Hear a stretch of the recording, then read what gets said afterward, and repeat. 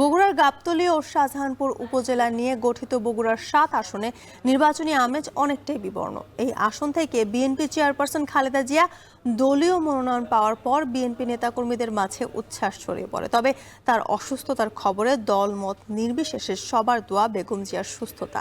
তবে একেবারে থেমে নেই নির্বাচনী হাওয়া। প্রায় ৫.৫ লাখ ভোটারের এই আসনে আনাচে কানাচে ছুটছেন জামায়াত সহ অন্যান্য রাজনৈতিক দলের প্রার্থীরা। শিক্ষা, স্বাস্থ্য, যোগাযোগ ব্যবস্থার উন্নয়ন, কর্মসংস্থান সৃষ্টি সহ দিচ্ছেন নানান প্রতিশ্রুতি। সেখানকার আরো খবর জানাতে যুক্ত হচ্ছেন সহকর্মী রাজীব সেলিম। রাজীব, ইশতেহারে কি কি বিষয়ে প্রাধান্য দিচ্ছেন প্রার্থীরা, আমাদের বিস্তারিত জানাবেন।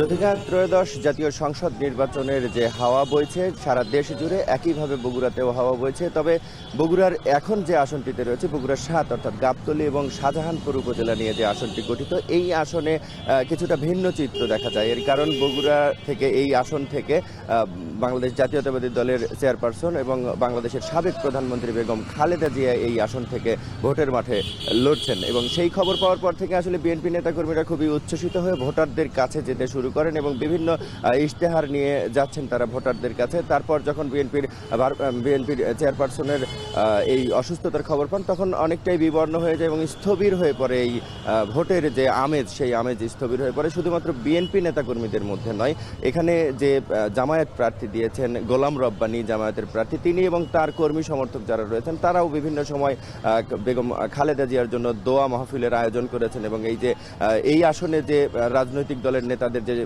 একটি সৌহার্দ্যপূর্ণ পরিবেশ, সেটি কিন্তু আমরা দেখেছি। বেগম খালেদা জিয়ার জন্য তাদের বিভিন্ন রকম দোয়া মাহফিলের আয়োজন দেখেছি। এবং যেহেতু এটি একটি ভোটের মাঠ, এই ভোটের মাঠে ভোটের লড়াই লড়বেন সব প্রার্থী এবং একটি প্রতিযোগিতা রয়েছে, সে কারণে আসলে থেমে নেই এই ভোটের যে দৌড়ঝাঁপ। এটি সব প্রার্থীরাই ভোটের দৌড়ঝাঁপ শুরু করেছে। যেহেতু বড় একটি আসন, এটি গাবতলী এবং শাহজাহানপুর বড় দুটি উপজেলা এবং ৫.৫ লাখ ভোটারের কাছে তাদের যেতে হবে, সেই কারণেই আসলে ভোটের যে দৌড়ঝাঁপ সেটি রীতিমতো চলছে। এবং আমরা জামায়াতের যিনি প্রার্থী রয়েছেন, সমর্থক রয়েছেন, তাদের সাথে আমরা কথা বলেছি। তারা বলছেন যে ২৪ পরবর্তী যে নির্বাচন, এই নির্বাচন ভোটের সমীকরণ আসলে অনেকটাই ভিন্ন হবে। সে কারণে তারাও তাদের দলীয় এবং ব্যক্তিগত ইশতেহার নিয়ে যাচ্ছেন ভোটারদের কাছে। বিএনপি নেতাকর্মী যারা রয়েছেন তারা বলছেন যে এই আসন থেকে যেহেতু দীর্ঘদিন ধরে বেগম খালেদা জিয়া নির্বাচন করে আসছেন, সুতরাং এই আসনটি বিএনপির জন্য একরকম নিশ্চিত আসন বলছেন তারা।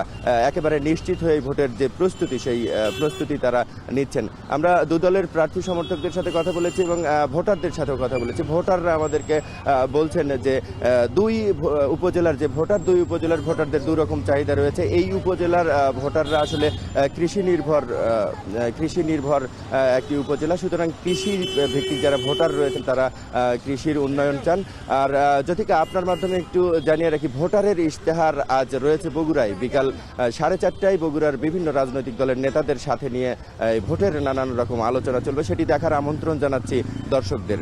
এই ছিল আমার কাছে বগুড়ার ৭ আসন থেকে সবশেষ। যদিকা আম্রপালি, স্বাদে খাঁটি, গুণে ভরপুর, সবার পছন্দের প্রিমিয়াম শরবত।